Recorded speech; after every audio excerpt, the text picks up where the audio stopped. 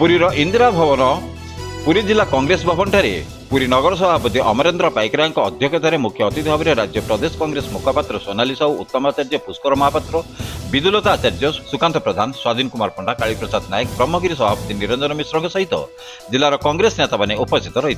मोदी सरकार भोटर तालिका जालियाती कर शासन चलैथिबार राहुल गांधी पर्दाफाश करने सहित पुरी सदर पेंठकठारे तेलुगु संप्रदायर 25,000 ऊर्ध्व भोटर अच्छा किंतु भोट बेले आंध्रप्रदेश भोटर पुरी में आसी भोट देउछन्ति। पुरी भोटर आसी आंध्र में भोट देउछन्ति। एहिभଳି भोटर तालिका जालियाती कर प्रधानमंत्री नरेंद्र मोदी शिशुपाल राजनीति करने छाड़ू बोली नगर सभापति अमरेन्द्र पाइकरा गणमाध्यम को सूचना देथिया बेले नरेंद्र मोदी एभଳି राजनीति उपर राहुल गांधी पर्दाफाश करने सहित यह दृढ़ कार्यानुष्ठान नि शिशुपाल सरकार मोदी सरकार को खूब शीघ्र गादीच्युत कर सहित ओडिशा रे भोट चोरी बीजेडी मजबूरी बीजेपी और निर्वाचन आयोग चाटुकारी बोली कहते राज्य पीसीसी मुखपात्र सोनाली साहू।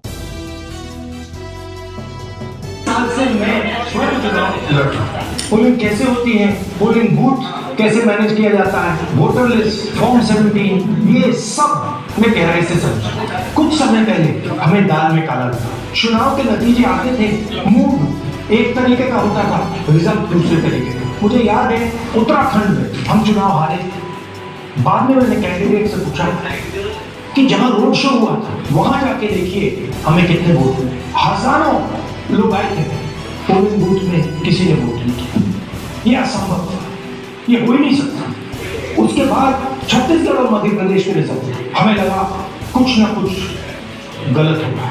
2018 में मध्य प्रदेश में चुनाव होता है, हम जीतते हैं, हमारी सरकार चोरी हुई थी। 2023 में चुनाव होता है, मैंने अपने आंखों से भारत जोड़ो यात्रा में देखा भयंकर एंटी इनकम्बेंसी और हमें 65 सीट मिलती है। इम्पॉसिबल, हो ही नहीं सकता।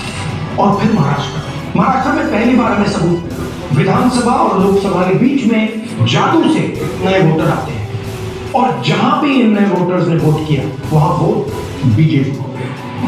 महाराष्ट्र चुनाव के बाद जब हमें डाउट हुआ, हमारे गठबंधन के सारे नेताओं ने प्रेस कॉन्फ्रेंस की और हमने इलेक्शन कमीशन से कहा कि आप हमें वोटर लिस्ट दीजिए, वीडियो रिकॉर्डिंग दीजिए। इलेक्शन कमीशन ने मना किया, ना उन्होंने हमें वोटर लिस्ट दी और ना उन्होंने वीडियो रिकॉर्डिंग दी। डाउट हुआ क्यों नहीं दे रहे, क्या कारण है?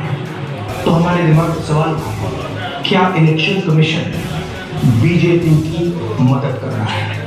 क्या इलेक्शन कमीशन ही इलेक्शन को चोरी कर रहा है? इसके बाद हमने एक टीम सेटअप की और हमने उन्हें कहा कि आप जाइए एक कंस्टिट्यूएंसी में जाके ढूंढिए, सच्चाई ढूंढिए, किस प्रकार से चीटिंग की जा रही है, किस प्रकार से ये काम किया जा रहा है और कौन कौन इस काम को कर रहे हैं। सबसे महत्वपूर्ण बात यह है कि इलेक्शन कमीशन डिजिटल डेटा नहीं देता है, फिजिकल डेटा देता है। मतलब लाखों कागज में वोटर लिस्ट दे देता है मगर डिजिटल वोटर लिस्ट किसी को कभी नहीं। क्यों नहीं देता? कारण क्या है?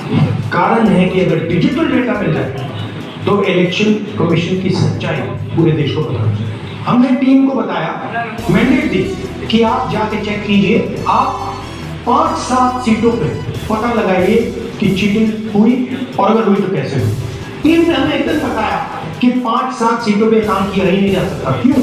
मैंने उनसे पूछा क्यों नहीं किया जा सकता? उन्होंने मुझे ये कागज दिखाया। ये जो कागज हैं, ये एक लोकसभा के कागज नहीं, ये एक विधानसभा के कागज और इन कागजों को हमने मैन्युअली सॉर्ट करना पड़ा और पूरा का पूरा काम जो हुआ है इसमें 6 महीने लगे हैं और एक असेंबली सीट में हम ये काम कर पाए। क्यों?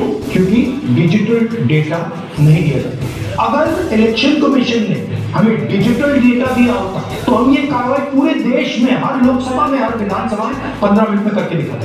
हमारे पास अनलिमिटेड रिसोर्सेज नहीं, इसलिए हमने ये रिसर्च सिर्फ एक लोकसभा में एक विधानसभा सीट में, मतलब उनमें पूरा भरोसा है कि ऐसी 100 से ज्यादा सीटें हैं हिंदुस्तान में। जो यहाँ हुआ है उन सीटों में भी हुआ है। और याद रखिए, अगर बीजेपी को 10-15 सीटें कम आती तो आज नरेंद्र मोदी प्रधानमंत्री नहीं होते, इंडिया गठबंधन की सरकार में। जांच में वोट चोरी हो रही है, इलेक्शन कमीशन वोट चोरी में